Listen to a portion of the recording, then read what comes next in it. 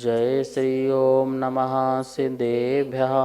जय श्री महावीराय नमः। जय श्री परम्पराचार्य गुरुवे नमः। जय श्री उमा स्वामी गुरुवे नमः। जय श्री शांति सागर गुरुवे नमः। जय श्री विद्यानंद गुरुवे नमः। मोक्षमार्गस्य नेतारं भेत्तारं कर्मभूभृतां ज्ञातारं विश्वतत्त्वानां वन्दे तद्गुणलब्धये। मङ्गलं भगवान् वीरो मङ्गलं गौतमो गणे मङ्गलं कुन्दकुन्दार्यो जैन धर्मोस्तु मंगलम। तत्वाश्रुत परम मांगलिक ग्रंथ है। आचार्य कुंद कुंद के शिष्य आचार्य उमा स्वामी द्वारा विक्रम की प्रथम शताब्दी में से लिखा गया है। संस्कृत इसकी भाषा है, सूत्रात्मक इसकी शैली है, 10 अध्यायों में विभाजित है, 7 तत्वों का जिसमें बहुत सुंदर तरीके से वर्णन है।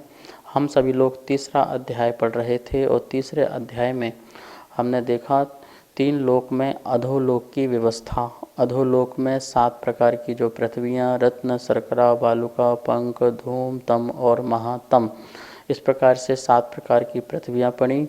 और उन 7 प्रकार की पृथ्वियों में जो नारकियों की रहने की जो व्यवस्था है वो बिलों में रहते हैं। जो ढोल के पोल के समान जो बिल होते हैं उनके अपन ने सूत्र भी देखा था कि उसमें जैसे 30 लाख 25 लाख आदि इस प्रकार से सभी नरकों में बिल हैं, उनके रहने के स्थान। और अब हम आगे जो है वो नारकियों की व्यवस्था देख रहे हैं कि नारकी जो हैं वो आपस में कैसे रहते हैं।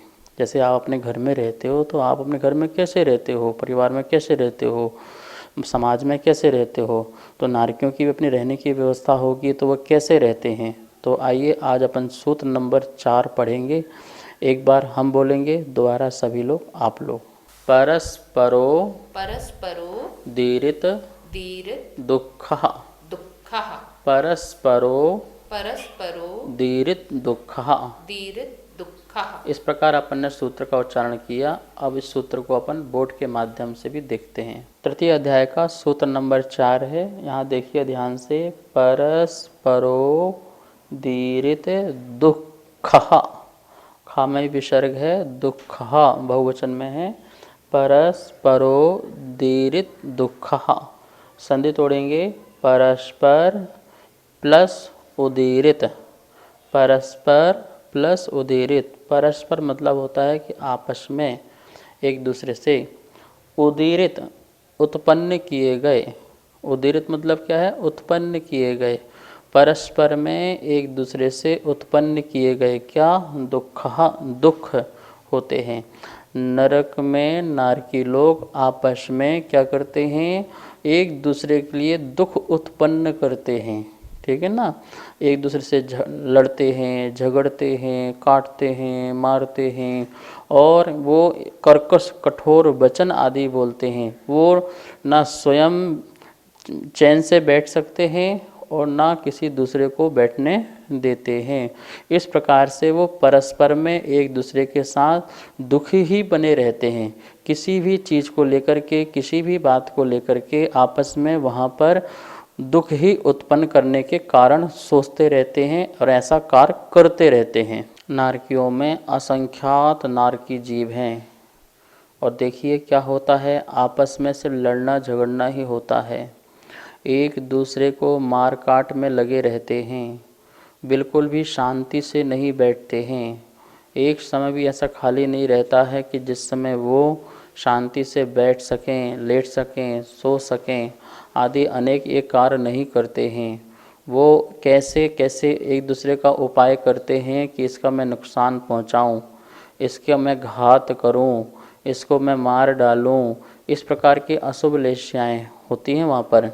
महानुभाव वहाँ पर इस प्रकार के कार्य प्रति समय होते रहते हैं। प्रति समय यह कार्य आपको वहाँ होता हुआ दिखाई देता है। आपके घर में लड़ाई झगड़े या समाज में होते हैं तो कुछ पल के लिए होते हैं, कुछ क्षण के लिए होते हैं, कम से कम बीच में शांति तो होती है ना। लेकिन वहाँ पर अशुभ लेस्याओं का इस प्रकार से कार्य चलता रहता है जिसके कारण वह तीव्र कषाय बने रहते हैं। उनके अंदर कषाय की इतनी तीव्रता होती है कि वो शांति से बैठ भी नहीं सकते हैं और ना ही दूसरों को बैठने देते हैं। हर समय अपने शरीर की अशुभ विक्रिया करते रहते हैं और अशुभ विक्रिया के माध्यम से कहीं वो अपना शरीर भाले का बना लेते हैं, कहीं तलवार बना लेते हैं और उसको दूसरे वाले को मार काट के सोचते रहते हैं।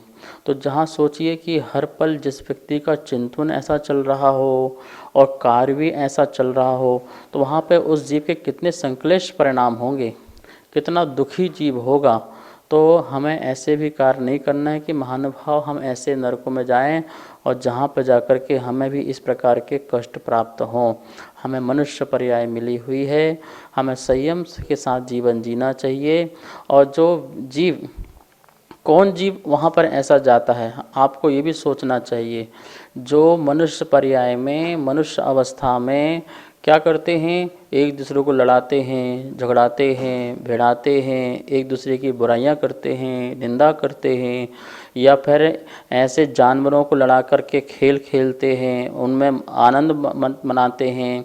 जानवर को आपस में लड़ा दिया, मुर्गों को आपस में लड़ा दिया, इस प्रकार से पशु पक्षियों को आपस में लड़ाया, लोगों को आपस में झगड़ा कराया, विवाद कराया, आपस में फूट डाला, दो लोगों के बीच में बेमनस्ता पैदा कर दी, झगड़े पैदा कर दिए। लोग अपने कर्मों से इतने दुखी नहीं हैं, लेकिन जो दूसरे लोग जो आते हैं वो क्या करते हैं, घर को बर्बाद कर देते हैं, घर को फोड़ देते हैं। तो ऐसे लोग ही नरक में जा कर के ऐसे कार्य उनको करते हुए दिखाई देते हैं। उनका फल है ये, उनको ऐसे फलों की प्राप्ति होती है। तो इस प्रकार से हमें ऐसे कार्य से बचना चाहिए, नहीं तो ऐसा जीवन हमारा भी ऐसा हो सकता है। आचार्य श्री नमोस्तु। नरक में तो सम्यक दृष्टि जीव भी रहते हैं, तो क्या सम्यक दृष्टि जीव भी वहाँ पर यही कार्य करते हैं, आपस में लड़ाई झगड़ा, दूसरों को दुख देना, वो भी इसी कार्य में लगे रहते हैं वहाँ पर? नरक में मिथ्या दृष्टि भी होते हैं और सम्यक दृष्टि भी होते हैं। और सम्यक दृष्टि और चाहे मिथ्या दृष्टि हो, दोनों का जो क्षेत्रजन्य जो कार्य है और लेस्या का जो प्रभाव है वो दोनों के साथ एक सा ही है। वहाँ ऐसा नहीं है कि सम्यक दृष्टि के पास कोई ज़्यादा फैसिलिटी हो तो वो लड़े ना झगड़े ना, उसको अलग स्थान मिला हो, ऐसा नहीं है। दोनों ही जीव बिल्कुल एक सही कार्य कर रहे हैं। बस अंतर इतना है कि सम्यक दृष्टि के अंदर जो श्रद्धा है, उस श्रद्धा के प्रभाव से वह ये जानता है कि मैं मर नहीं सकता हूँ और ना ही मैं किसी को मार सकता हूँ। ये श्रद्धा तो उसके त्रैकालिक बनी ही हुई है कि मैं किसी को जान से नहीं मार सकता, ना ही मुझे कोई मार सकता है। इस तत्व ज्ञान के बल से वह सम्यक दृष्टि तो अपना सम्यक दर्शन लेकर के बैठा हुआ है, लेकिन वहाँ पर जो उसके तीव्र कषाय के उदय आ रहे हैं, उस उदय के वशीभूत होकर के उसकी लेस्यां जो अशुभ हैं उसके प्रभाव से वह जो कार्य है वैसा ही हो रहा है जैसे मिथ्या दृष्टि कर रहा है। वह सम्यक दृष्टि भी आपस में वहाँ लड़ता है, झगड़ता है, क्योंकि यदि उसको भी वहाँ दुख नहीं मिला तो फिर अपन को भी वहाँ जाने में क्या प्रॉब्लम है। सम्यक दर्शन लेके जाओ, कहीं भी दुनिया में लेके जाओ, सुखी रहोगे। तो भाई सुखी नहीं रह सकते। वो इस बात से सुखी तो रह सकता है कि मैं मर नहीं सकता, मैं मार नहीं सकता हूँ, लेकिन उसको जो शरीर जन कष्ट है, क्षेत्र जन कष्ट है, उसके जो पास कसाए भी अभी हैं, राग द्वेष भी है, उसके प्रभाव से वो महादुखी वो भी वहाँ पर रहता है। इस प्रकार से सम्यक दृष्टि हो चाहे मिथ्या दृष्टि हो, दोनों ही वहाँ पर दुखी रहते हैं। नरकों में परस्पर दुख के साथ साथ और भी ऊपर से दुख मिलते हैं। चौथी पृथ्वी के पहले पहले तक एक असुर कुमार जाति के देव होते हैं। भवनवासी में 10 प्रकार के भवनवासी देव होते हैं। उसमें जो असुर कुमार जाति का जो देव है वही भी उसकी ऐसी ही भावना होती है, वो भी लड़ाने में झगड़ाने में उसको बड़ा आनंद आता है एक नारकी को दूसरे नारकी से। तो संक्लिष्ट परिणाम वाला वो असुर कुमार जाति का देव होता है। वह चौथी पृथ्वी के पहले पहले जा कर के, अर्थात पहली पृथ्वी से लेकर के तीसरी पृथ्वी मतलब पहले नरक से तीसरे नरक तक वह वहाँ जाता है और एक नारकी को दूसरे नारकी को भिड़ा करके आपस में लड़ाई झगड़ा करवाता है और वो दुखी होते हैं। तो उस असुर कुमार को बड़ा आनंद आता है। तो इस प्रकार से असुर जाति के देवों द्वारा भी इस प्रकार का दुख देखा जाता है। एक तो नीम वैसा ही कड़वा और ऊपर से करेला चढ़ जाए, अर्थात नारकी तो वैसे ही आपस में बहुत दुखी है ही हैं और ऊपर से कोई व्यक्ति आकर के उनको और आपस में झगड़ा करवा दे तो और कितने दुखी होंगे। तो देखिए एक के ऊपर एक कितना दुख आते जा रहा है। इसी बात को बताने के लिए आचार्य उमा स्वामी महाराज ने 5वां नंबर का सूत्र का अवतार किया है। हम सब लोग उस सूत्र को पढ़ेंगे, एक बार हम पढ़ेंगे, दोबारा सभी आप लोग। संक्लिष्टा संक्लिष्टा सुरो सुरो दीरित दीरित दुःखाश्च दुःखाश्च प्राक् चतुर्थ्यः प्राक् चतुर्थ्यः संक्लिष्टा संक्लिष्टा सुरोदीरित सुरोदीरित दुःखाश्च दुःखाश्च प्राक् चतुर्थ्यः प्राक् चतुर्थ्यः। इस प्रकार से सूत्र का उच्चारण हुआ। अब हम सभी लोग एक बार बोर्ड के माध्यम से इस सूत्र का उच्चारण व संधि विच्छेद करके इसके अर्थ को समझते हैं। तृतीय अध्याय का 5वां नंबर सूत्र है।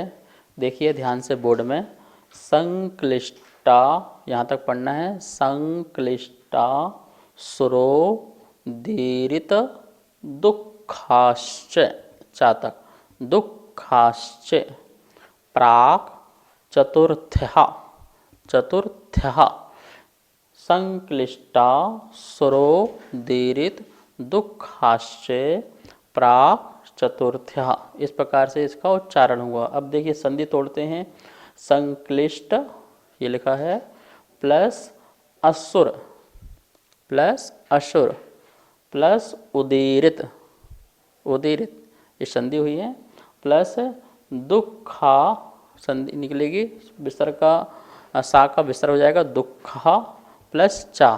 तो इस प्रकार से देखा अपन ने, ये पूरा समस्त पद बना था, समास समस्त पद बना हुआ था। समस्त पद को अपन ने तोड़ा, संक्लिष्ट प्लस असुर प्लस उदीरित प्लस दुःखा और फिर चा, और ये तो अलग है ही है।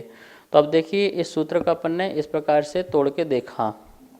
अब क्या लगा है, संक्लिष्ट जो है असुर का विशेषण है, असुर जाति का जो देव होता है उसका विशेषण है कि असुर कैसा है, वो संक्लिष्ट परिणाम वाला है, वो अपने आप में ही क्रूर परिणाम वाला है, ऐसा वो असुर जाति का देव है, ठीक है ना। और उदीरित उत्पन्न किए गए हैं, किसके द्वारा, ऐसे संक्लिष्ट असुर जाति के देव द्वारा उत्पन्न किए गए हैं। क्या उत्पन्न किए गए हैं, दुःखा, बहुत सारा दुख उत्पन्न किया गया है। कहाँ तक उत्पन्न किया गया है, प्राक चतुर्थ्या, चतुर्थ्या मतलब चौथे नरक के पहले पहले, प्राक मतलब पहले, प्राक का मतलब क्या हुआ, पहले। कहाँ पहले, चतुर्थ्या, चौथे नरक मतलब चौथी जो पृथ्वी है या चौथा नरक के पहले पहले तक संक्लिष्ट जाति के असुर कुमार द्वारा दुख उत्पन्न किए गए हैं। नारकियों में वहाँ पर जाकर के उनको उनके दुख उत्पन्न करते हैं, ऐसा प्रसंग पैदा करते हैं जिससे उनको बहुत दुख की प्राप्ति हो। असुर कुमार जाति के देव, जैसे कि अपन ने पढ़ा था, खर भाग और पंख भाग। जो पहली पृथ्वी थी रत्नप्रभा पृथ्वी, उसके अपन ने 3 भेद किए थे, खर भाग, पंख भाग और अब बहुल भाग। जो खर भाग था उसमें बैंतर जाति के जो 8 प्रकार के भेद होते हैं उसमें से 7 प्रकार के बैंतर जाति के, और भवनवासी के जो 10 प्रकार के भेद होते हैं उनमें से 9 प्रकार के। तो वो खर भाग में उनकी उत्पत्ति स्थान है, ठीक है ना। और जो उन दोनों में से एक एक बचता है, अर्थात बैंतर जाति में से जो राक्षस जाति का और भवनवासी में से एक असुर कुमार जाति के देव जो हैं वो पंख भाग में रहते हैं, उनकी उत्पत्ति स्थान है वो पंख भाग में है। भवनवासी के जो भवन हैं उन सब में आकृतिम चित्तालय भी होते हैं 7 करोड़ 72 लाख ऐसे आकृतिम चित्तालय होते हैं। बैंतर जातियों के तो वो असंख्यात चित्तालय होते हैं, ठीक है ना। तो इस प्रकार से अपन ने देखा कि जो असुर कुमार जो है उसका उत्पत्ति स्थान कहाँ पर है, जो पहला नरक है अबहुल भाग, उसके ऊपर वाले जो भाग में है वहाँ पर है। जो अपनी खर पृथ्वी थी वो 16,000 योजन मोटी थी।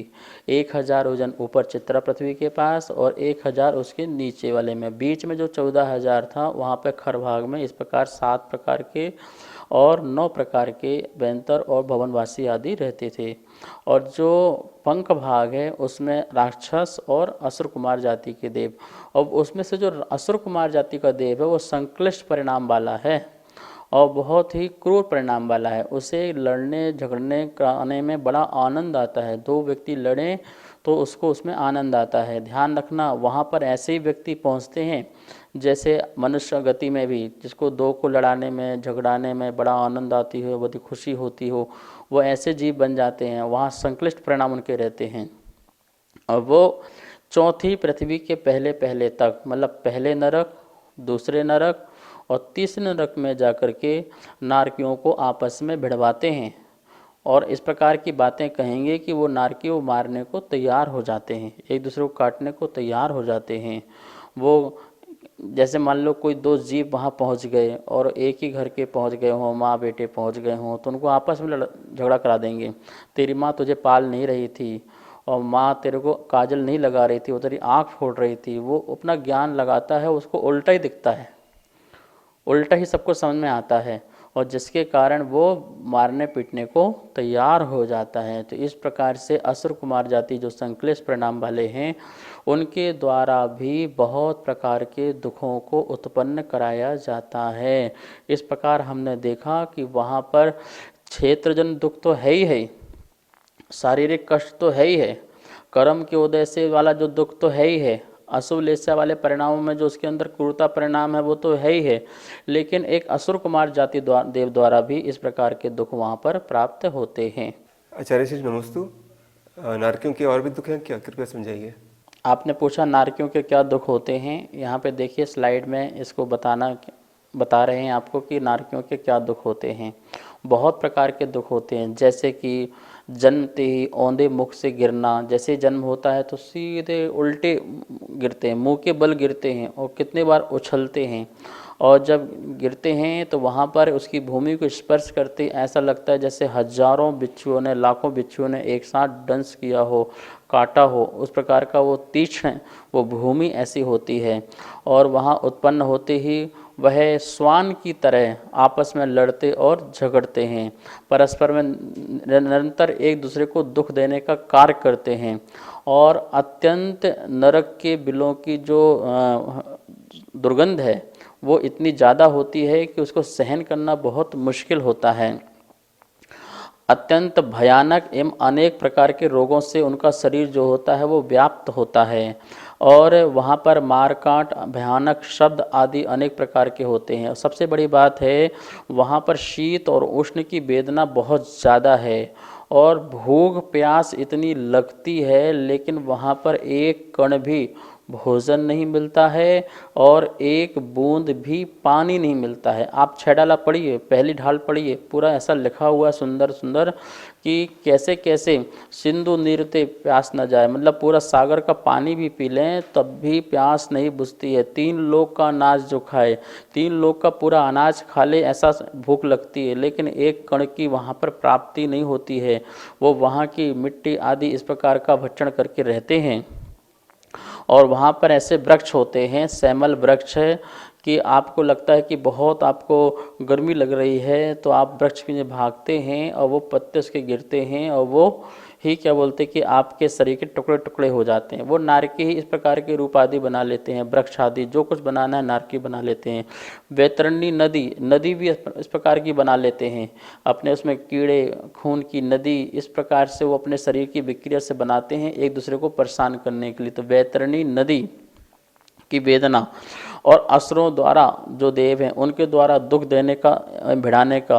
और सबसे बड़ी बात है तीव्र कसाई की वेदना। इस प्रकार से इतने आचार्य भगवान कहते हैं कि मेरी जिह्वा थक जाएगी वहाँ के दुखों का वर्णन करते करते। आप देख रहे हैं स्लाइड में चित्र भी देख रहे हैं कि उसमें किस किस प्रकार के चित्र बने हुए हैं जिसके माध्यम से दुखों को बताने का प्रयास किया गया है। महानुभाव हमारे लिए ये सर्वज्ञ भगवान का बड़ा उपकार है कि जिन्होंने हमें चारों गति में क्या क्या होता है उसके बारे में बताया, और ये सब बताने के बाद हमें कैसे कार्य करना है, तुम्हें कैसे संयम में रहना है, क्योंकि हमें इस प्रकार के दुखों को प्राप्त करेंगे तो फिर हम अपना कल्याण कब करेंगे, अपना उद्धार कब करेंगे। इसलिए इस सब पढ़ने के बाद हमारे अंदर वीतरागता के परिणाम आना चाहिए। आचार्य श्री, राजा श्रेणिक भावी तीर्थंकर है, परंतु वो अभी नरक में है, तो क्या उनको भी अभी वहाँ वैसे ही दुख हो रहे होंगे?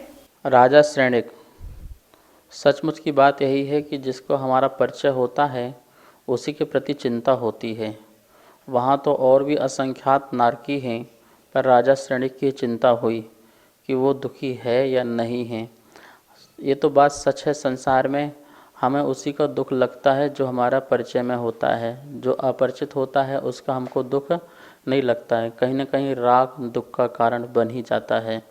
खैर, राजा श्रेणिक भी वो नरक में हैं और आने वाले 24 में तीर्थंकर बनेंगे, लेकिन उनके साथ भी वही व्यवस्था है जो अन्य नारकियों की व्यवस्था है। बस इतना अंतर है कि जब कोई तीर्थंकर बनने वाला होता है और नरक में हो तो उसकी 6 महीने जो आयु रहती है शेष सब, उस समय एक प्रकार का एक घेरा बन जाता है और वो घेरे में चले जाते हैं, जिससे अन्य नारकियों संबंधी जो दुख हैं, जो परस्पर में दुख दे रहे थे या असुर कुमार आदि दुख दे रहे थे, वो दुख समाप्त हो जाते हैं। लेकिन जो क्षेत्रजन दुख है और शरीर की जो अशुभ अशुभ परिणाम, अशुभ देह, अशुभ विक्रिया है, उस संबंधी जो दुख है वो दुख दूर नहीं होता है। क्षेत्र में जैसे शीत और उष्ण जो भी हो, उस संबंधी जो कुछ भी है दुख, वो दुख उसको प्राप्त होता ही होता है। और जो शरीर संबंधी जो रोग हैं, कष्ट हैं, पीड़ाएं हैं, उस संबंधी दुख होते ही होते हैं। अन्य नारकियों के से मिलने वाले जो दुख हैं, उन दुखों से मुक्ति वो 6 महीने आयु शेष रहने पर हो जाती है, लेकिन अन्य दुखों की मुक्ति उसको अभी नहीं हो पाती। इस प्रकार से जो तीर्थंकर बनने वालों की ऐसी व्यवस्थाएं हैं, लेकिन तीर्थंकर मात्र के लिए। लेकिन वहाँ पर ऐसे बहुत से सम्यक दृष्टि भी हैं जिनके साथ ऐसी व्यवस्था नहीं होती है। इस प्रकार से यह व्यवस्था भी अकृत्रिमी है और सबके लिए इसी प्रकार की व्यवस्थाएं होती हैं। नरक में रहने वाले जो सम्यक दृष्टि हैं वो जानते हैं कि एक द्रव्य दूसरे द्रव्य का कुछ कर नहीं सकता है, कुछ बिगाड़ नहीं कर सकता है। कितनी भी प्रतिकूलताएं सामने हो वो मुझे दुख नहीं दे सकता। ये सब जानते हुए भी चारित्र संबंधी जो उसके पास अभी अप्रत्याख्यान, प्रत्याख्यान, संजलन और 9 कषाय हैं, उस 9 कषाय आदि के बल से, उदय से और अप्रत्याख्यान आदि कषाय के उदय के कारण वह इस प्रकार के कार्य करता हुआ दिखाई देता है, मार काट करता हुआ दिखाई देता है। इस प्रकार से अंतरंग में श्रद्धा उसकी पूर्ण रहती है, तत्व का निर्णय उसका रहता है, लेकिन उसके कषाय में जोर में कुछ कर नहीं पाता है। उस कर्म के उदय में वो कमज़ोर पड़ जाता है और कमजोरी के कारण उस प्रकार का कार्य करते हुए दिखाई देता है जो हमको अनुचित भी लग सकता है। इस प्रकार से यहाँ पर अपन ने ये नारकियों के दुखों के बारे में पढ़ा। अब आगे अपन नारकियों के बारे में थोड़ा बहुत और जानेंगे। आज यहीं पर क्लास संपन्न करते हैं। हम सब लोग आपस में मिलकर के जिनवाणी स्तुति को करते हैं। जा वाणी के ज्ञान से सूझे लोकालोक, सो वाणी मस्तक धरूं सदा दे तो धो। हे जिन वाणी भारती तोय जपो दिन रे, जो तेरा सरना धरे सो पावे सुख चैन। सभी को बहुत बहुत मंगल आशीर्वाद। जय जिनेन्द्र। जैसा कि आप सभी यहाँ पर देख रहे हैं, आचार्य श्री के द्वारा जैन पाठशाला में तत्वार्थ सूत्र का सरलीकरण करके चित्रों और स्लाइडों के माध्यम से जो अध्ययन कराया जा रहा है, उसी अध्ययन का यहाँ पर चित्रों स्लाइडों के माध्यम के साथ में यह पुस्तक यहाँ पर प्रिंट होकर के प्रथम अध्याय की पुस्तक हमारे पास में आ चुकी है। जो भी महानुभाव इस पुस्तक को मंगवाना चाहते हैं, नीचे दिए गए नंबर पर आप संपर्क कर सकते हैं। एवं यदि कोई महानुभाव अगले अध्याय, द्वितीय, तृतीय आदि अध्यायों की यदि पुस्तक छपवाना चाहते हैं, उनके भाव बन रहे हैं, तो भी नीचे दिए गए नंबरों पर संपर्क कर सकते हैं।